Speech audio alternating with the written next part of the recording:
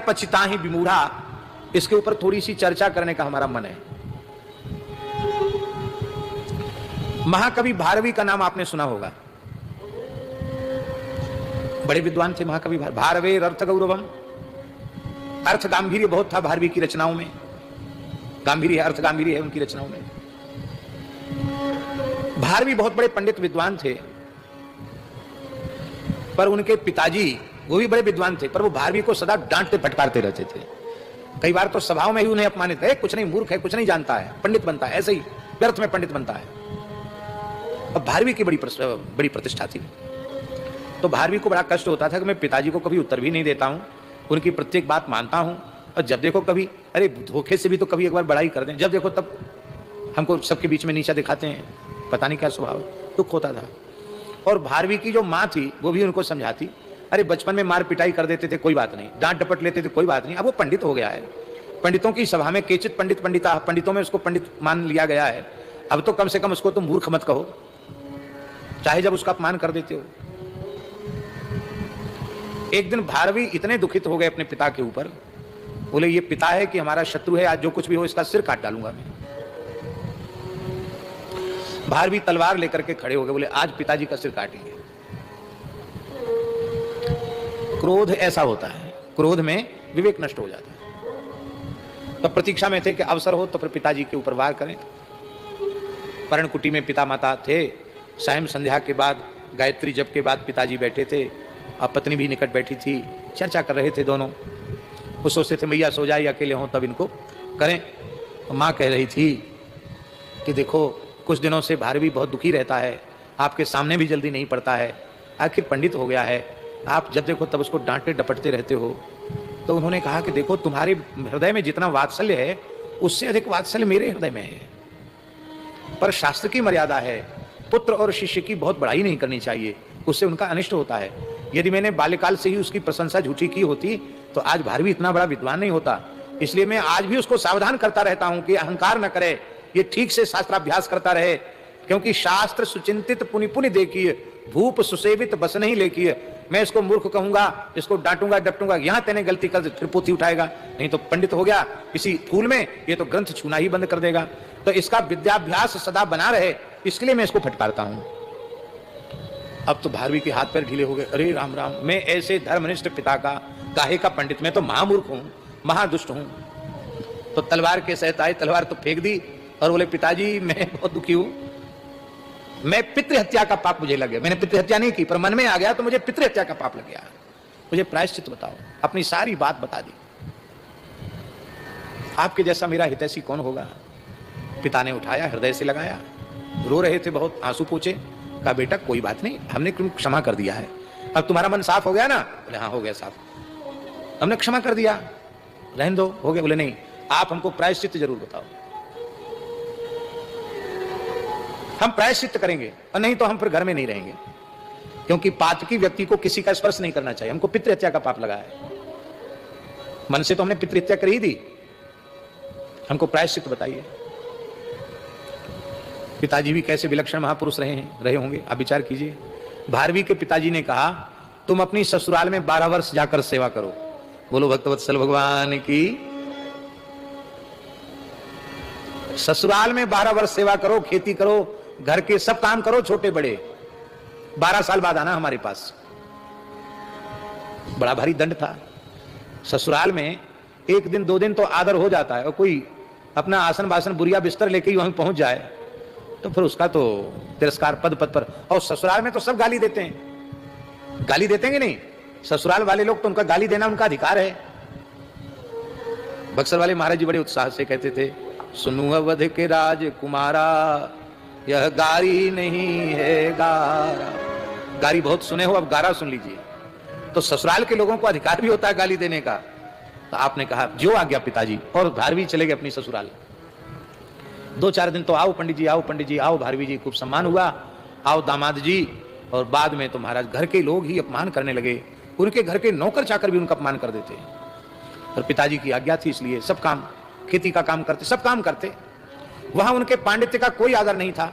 मन ही मन सोचते थे कि मेरे पिताजी ने तो मेरा कोई अपमान नहीं किया, यहाँ तो मुझे पद पद पर अपमान ही अपमान झेलना पड़ता, मैं कुछ कर भी नहीं सकता, बोल भी नहीं सकता। और पत्नी भी यही है, क्या करूं, बड़े दुखी थे। और ब्राह्मणों का अकिंचन था तो उनका आभूषण है ही है, तो घर में भी गरीबी ही थी, तो कुछ श्रम करके कमाओ तो खाओगे, नहीं तो क्या खाओगे। गरीबी भी ऊपर से बहुत भारी थी। ससुराल वालों ने कहा यहां पड़ा पड़ा खा रहा है, कमा के 2 पैसा नहीं लाता कि अपने घरवाली को भी कुछ खिला सके। अब इनको सहन नहीं हुआ, अपनी पत्नी से बोले भैया देवी अब तो हम कमाने जाएंगे धन, कुछ पैसा कमा के लाएंगे तब तुमको देंगे। यहाँ ससुराल वालों ने कहा जाओ यहां से जाओ, तुम बस पैसा कमाने जाओ, जाओ चले गए। तो वो बोले कि देखो अन्न का संकट आ जाए, ज्यादा लाले पड़ जाए भोजन के, तो एक श्लोक लिख दिया भारवी ने। अपनी पत्नी को कहा कि विद्यार्थियों से कहकर, हमारे विद्यार्थी हैं उनसे कहकर के बाजार में उनको भेज देना, यहाँ के राजा भोज ने निश्चय किया है कि जो चीज कोई नहीं खरीदेगा वो राजा खरीद लेगा, तो ये श्लोक जो है इसको बेच देना बाजार में। पर इसकी कीमत कम नहीं है, 1 लाख रुपया है इसकी कीमत, वो जमाने की 1 लाख रुपया, 1 लाख रुपए कीमत है इस श्लोक की। ब्रह्मचारी गए, एक बांस की डलिया में एक श्लोक, पर्ची, इतनी सी पर्ची लेके गए। मंत्रियों ने पूछा भाई तुम्हारा माल नहीं बिका? बोले हमारा माल नहीं बिका। क्या है तुम्हारा माल? बोले ये श्लोक है। क्या कीमत है इस माल की? बोले 1 लाख रुपया।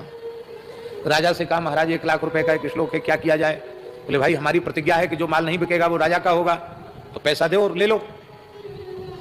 तो पैसा दे दिया, 1 लाख रुपए दे दिया।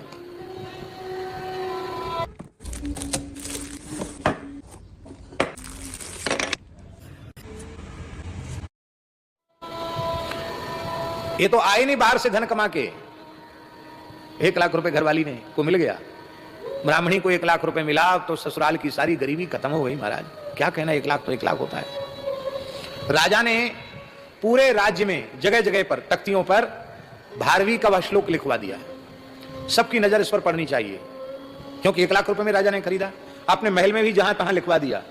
वो श्लोक था, सहसा विदधीत न क्रियाम अविवेक परमा पदाम पदम वृणुते ही विमृश्यकारिणम गुणलुब्धा स्वयमेव संपदा। अर्थ क्या है इसका? सहसा विदधीत न क्रियाम, किसी भी क्रिया को, किसी भी काम को सहसा मत करो। क्यों? सहसा किया हुआ काम अविवेक पूर्ण ही होता है, और अविवेक सारी विपत्तियों का घर है। अविवेक परमा पदाम पदम, अविवेक सारी विपत्तियों का घर है। और जो विवेक पूर्वक कार्य करते हैं, वृणुते ही विमृश्यकारिणम, खूब विचार करके विवेक पूर्वक जो कार्य करते हैं, उनके इस विवेक पूर्वक कार्य करने की जो विशेषता है, इस गुण पर भगवती लक्ष्मी सरस्वती प्रसन्न हो जाती हैं और उसका वर्ण कर लेती हैं। कितना बढ़िया श्लोक है। राजा का एक भाई था, राजा का एक भाई था, वो राजा से द्वेष मानता था। वो सोचता था कि ऐसे तो ये मरेगा नहीं, बड़ा वीर है, बड़ा धर्मात्मा है, इसको छल पूर्वक मार डाला जाए तो राज्य हम हत्या लेंगे, हमको राज्य मिल जाएगा, हमको ही, फिर दूसरा कोई है नहीं तो राजा हमको ही बनाया जाएगा, क्योंकि मैं योग्य हूं, भाई हूं। तो उसने राजा के रसोईया ब्राह्मण को विशेष धन दे करके राजी कर लिया कि तुम हालाहल विष भोजन में मिलाकर राजा को खिला देना, राजा मर जाएगा, मैं राजा बन जाऊंगा, फिर बाकी राशि पीछे दूंगा। ऐसा था ना, सौदा पूरा, काम पूरा हो जाएगा तो पूरा पैसा मिलेगा, अभी करने के लिए आधा अभी ले लो, आधा पीछे लेना, ऐसा है। तो ब्राह्मण धन के लोभ में, वो भी, उसकी बुद्धि भी मारी गई, उसने भयंकर विष मिला दिया भोजन में। और भोजन का थाल लेकर जैसे ही चला तो तुरंत भोजनशाला में ही तख्ती पर श्लोक लिखा था, सहसा विदधीत न क्रियाम अविवेक परमा पदाम पदम वृणुतो ही विमृश्यकारिणम गुणलुब्धा स्वयमेव संपदा। उस श्लोक को पढ़ते ही वो ब्राह्मण बेचारा रसोईया कांप गया, उसके हाथ से थाल गिर गया, कांप गया। राजा भोजन करे, आपके हाथ से पंडित जी थाल कैसे गिर गया, आप रो क्यों रहे हैं? उसने कहा महाराज मैं तो अपराधी, मुझे दंड दीजिए, इस भोजन में विष मिला के लाया था। फिर हाथ से क्यों छूट गया? श्लोक लिखा था, इसको पढ़ करके हाथ पैर कांप गए। राजा बोले भैया ये तो 1 लाख से ज्यादा रुपयों का श्लोक है, हमारे प्राण बचा लिए इसने। ब्राह्मण को क्षमा कर दिया, बोले कोई बात नहीं, अब गलती नहीं करना, ठीक है। भाई तो भाई ठहरा, राजा तो सावधान हो गया, लेकिन भाई ने अभी भी मारने का संकल्प नहीं छोड़ा। तो भाई ने नाई को राजी किया, हजाम नाई को राजी कर लिया कि देख तुझे तू जितना मांगेगा उतना पैसा दूंगा, पर राजा बनने के बाद दूंगा, बस एक बात है, तुम हजामत बनाने जाना, महाराज साहब की अब बढ़िया पहना उस तरह, यहाँ दाढ़ी बनाते बनाते सीधे गला में भोंक देना, काट देना इसका गला, मर जाए, बस फिर मैं राजा बन जाऊंगा, तुमको मुंह मांगा पैसा दूंगा। वो नाई खूब बढ़िया से उसको पहना करके उस तरह गया और करते करते सोचा अब काट दूं इसको। तो जैसे ही काटने का विचार किया तब तक सामने श्लोक लिखा था दीवार पर, सहसा विदधित न क्रियाम। फिर इसी श्लोक को पढ़ा तो उसके हाथ से उस तरह गिर गया, वो कांपने लग गया। अरे क्या हुआ तेरे हाथ से उस तरह कैसे गिर गया? बोले महाराज मैं तो अपराधी हूं, मुझे फांसी पर चढ़ाइए। क्या हुआ? कहते मैं तो आपको मारना चाहता था। तो तेरा विचार कैसे बदल गया? बोले सरकार सामने श्लोक लिखा हुआ है, उसको देखकर विचार बदल गया। बोले भैया उस ब्राह्मण को खोजो तो सही, कहां है वो ब्राह्मण जिसने इतना कीमती हमारे 2 बार प्राण बचा लिए? अब ब्राह्मण देवता तो गायब थे। ऐसे रहते थे ब्राह्मण पुराने पंडित विद्वान। अब एक दिन की बात है, घटना और घटी। राजा की राजकुमारी बड़ी योग्य थी, शील संपन्ना थी। एक राजकुमार के साथ उसका विवाह निश्चित हो गया। विवाह की तैयारियां चल रही थी। राजा साहब दरबार से लौट के आने में उनको विलंब हुआ। उन्होंने अपने महल में जैसे ही प्रवेश किया तो उन्होंने क्या देखा कि मेरी महारानी के साथ पर्यंक पर एक पुरुष सोया हुआ है। iRobot files for bankruptcy and sale. So, if you don't know iRobot, they're the makers of the cute little. इतनी बड़ी बड़ी मूंछ, यहां तक कलम कड़ी हुई है, बड़ी मूंछ है, कवच पहने हुए है, पृष्ठ पुष्ट वीर। राजा के तो पैर के नीचे की धरती खिसक गई। ये बड़ी भारी पतिव्रता बनती थी ये दुष्टा कुलटा, किस सुंदर पुरुष को अपने पास में इसने सुला रखा है। आज इस पुरुष की और इसकी दोनों की आज मैं हत्या कर दूंगा, दोनों का सिर काट डालूंगा। तो तुरंत राजा ने म्यान से तलवार निकाली। धीमा धीमा दीपक का प्रकाश था और जैसे ही मारना ही चाहता था ऐसे किया, तब तक दीवार पर लिखा हुआ श्लोक, क्योंकि सैन घर में भी लिखा रखा था, सहसा विदधीत न क्रियाम अविवेक परमा पदाम पदम वृणतो ही विमृश्य कारिणम गुणलुब्धा स्वयमेव संपदा। ऐसे सहसा काम नहीं करना चाहिए। तुरंत उसने म्यान में तलवार रख ली। मारना तो दोनों को, लेकिन पता तो लगा ये दुष्ट है कौन, इतनी सुरक्षा में रात को मेरे यहां चला गया, ये है कौन और निश्चिंत होकर सो रहा है। राजा ने खूब जोर से आवाज चिल्लाया, जोर से। राजा रानी जगी और जगते ही उसने कहा कि अजी क्या हो गया, पागल हो गए हो क्या, क्यों चिल्ला रहे हो? ऐसी बात करती हैं पत्नियां घर में, क्यों चिल्ला रहे हो, पागल हो गए हो क्या? रात का, आधी रात का समय चिल्ला रहे हो। तब तक वो पुरुष जो सोया हुआ था छिप गया एक पर्दे के पीछे जाके। राजा ने कहा चिल्लाओ नहीं और क्या करूं, कहां है वो पुरुष जिसको तुमने यहां सुला रखा था? अरे महाराज धैर्य रखो, पुरुष पुरुष कोई नहीं है, आपकी लाडली बिटिया है, राजकुमारी है। आज ये हमसे पीछे पड़ गई कि मैं तो अब विवाह तो पक्का हो गया, अब विवाह की लगन शुरू हो जाएगी, फिर मैं तो दुल्हन बन के चली जाऊंगी। अब मैं बचपन से राजकुमार बनने का शौक रखती थी, तो क्यों ना आज माताजी मेरा राजकुमार के रूप में श्रृंगार करो। तो मैं चित्रकला में बड़ी निपुण थी महारानी का, मैंने बड़ी बड़ी काजल से मूछ बना के और कवच पहना करके और इसको वीर वेश में श्रृंगार किया था अपनी बेटी का। आपकी बेटी है, देखिए कितनी अच्छी लग रही है। महाराज भोज ने कहा आओ पुत्री। कुछ ऐसी शर्माती हुई, अरे वाह तुम तो बहुत सुंदर राजकुमार के रूप में लग रही हो। छाती से लगाया बेटी को और बोला अब तुम लोग विश्राम करो, हम जाते हैं। वो विश्राम करने चला गया, सोया नहीं राजा। मैं तो मुंह दिखाने लायक नहीं रहता। निरपराध पुत्री की हत्या और अपनी पत्नी की हत्या, तो अभी विवाह की तैयारी करके आ रहा हूं। धन्य है उस ब्राह्मण का, तुम्हें ऋणी हूं, कृतज्ञ हूं। बोला मैं तब पानी पीऊंगा जब वो ब्राह्मण आ जाएगा, उसको खोजो। तो भारवी जो है वो ऐसी बेचारे आधी धोती पहरे, आधी धोती ओढ़े, ऐसी सामान्य वेशभूषा, पैर में जूती तक नहीं थी उनके, ऐसे बेचारे बिचर रहे थे कि कुछ तलाश, धंधे की तलाश में। ससुराल की गरीबी तो दूर हो गई थी, और ससुराल लौट के थोड़ी आए, मिल गए भारवी। घोषणा कराई जा रही थी कि इस श्लोक का रचयिता ब्राह्मण कौन है, महाराज साहब उसका दर्शन करना चाहते हैं। पता चल गया कि यही ब्राह्मण है। बोले महाराज आपको चलो। बोले मैंने अपराध क्या किया? बोले अपराध नहीं, हाथी पर बैठो चलो। अरे हाथी पर बिठा के बुलाया, हाथी पर बिठा करके बुलाया भारवी को। राजा ने चरणों में प्रणाम किया और लिखा है प्रत्यक्षरम लक्षम ददऊ।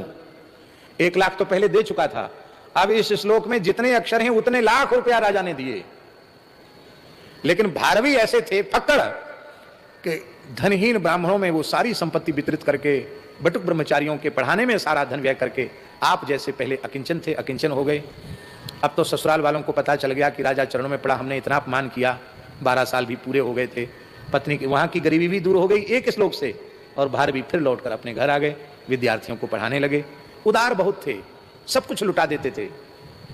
एक बार भारवी गंगा नहा के आ रहे थे, सोमवती अमावस्या थी, सब लोग दान कर रहे थे, गंगा स्नान करके गौ ब्राह्मण की सेवा कर रहे थे, दान पुण्य कर रहे थे। राजा भोज भी पहुंचे गंगा नहाने, वो भी गंगा जी नहाए और नहा करके और आ रहे थे तो उन्होंने क्या देखा कि बिना गर्मी का समय, जेठ का महीना और सोमवती अमावस्या, जेठ के महीने में कितनी तपती है धरती, जेठ के महीने में बालू गंगा जी की तप रही है और महाकवि भारवी सीसी करते हुए, पैर जल रहे थे ना, ऐसे करते हुए चल रहे हैं, उनके पैर में जूती तक नहीं है। तो राजा भोज समझते थे फक्कड़ हैं, सब लुटा कर ऐसे ही हो गए, तो फिर जैसे थे वैसे ही हो गए। तो उन्होंने हाथी रोका और हाथी रोक करके कहा कि आओ पंडित जी इस पर बैठ जाओ। अरे बोले क्या बैठना, बैठ के फिर उतरना पड़े, क्या बैठना? बोले नहीं उतरना नहीं पड़ेगा, ये हाथी हमने आपको ही दे दिया, बैठ जाओ, आपको दे दिया ये हाथी, आप बैठ जाओ। ठीक है, आप ज्यादा पीछे पड़ते हैं तो बैठ जाते हैं। बैठ गए, राजा ने उनको आगे बिठाया, खुद पीछे हो गया, होदे में पीछे हो गया, राजा ने बैठाया।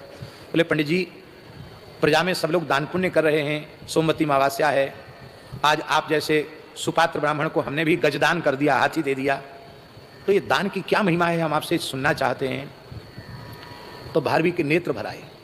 भारवी ने कहा कि मैं गंगा स्नान करके आ रहा था, मेरे पास धन तो था नहीं, पर हमारी जूती जो थी वो टूट गई थी, टूटी पुरानी जूतियां थी हमारी, पर एक वयोवृद्ध ब्राह्मण जिसके पैर जल रहे थे, वो बहुत व्याकुल था, उसके पैर में कुछ पहनने को नहीं था। मैंने सोचा कि मैं तो फिर भी कुछ युवा ही हूँ, ये ब्राह्मण बहुत बूढ़ा है बेचारा, कैसे घर तक जाएगा, इसलिए मैंने टूटी पुरानी जूती अपनी पैर की उतारी, पहरी हुई जूती उतारकर उस ब्राह्मण को पहना दी। और अभी मैं 2 कदम ही नहीं चल पाया था, सीसी कर रहा था, तत्पुण्येन गजारूढ़ा, एक ब्राह्मण को पुरानी जूती दान करी, उसका पुण्य इतना हुआ कि मुझे हाथी की सवारी मिल गई, और उसका पुण्य और इतना बड़ा बना कि सवारी नहीं, आप तो इतने उदार हैं कि आपने हमको हाथी ही दे दिया। बोलो भक्तवत्सल भगवान की जय। ये सब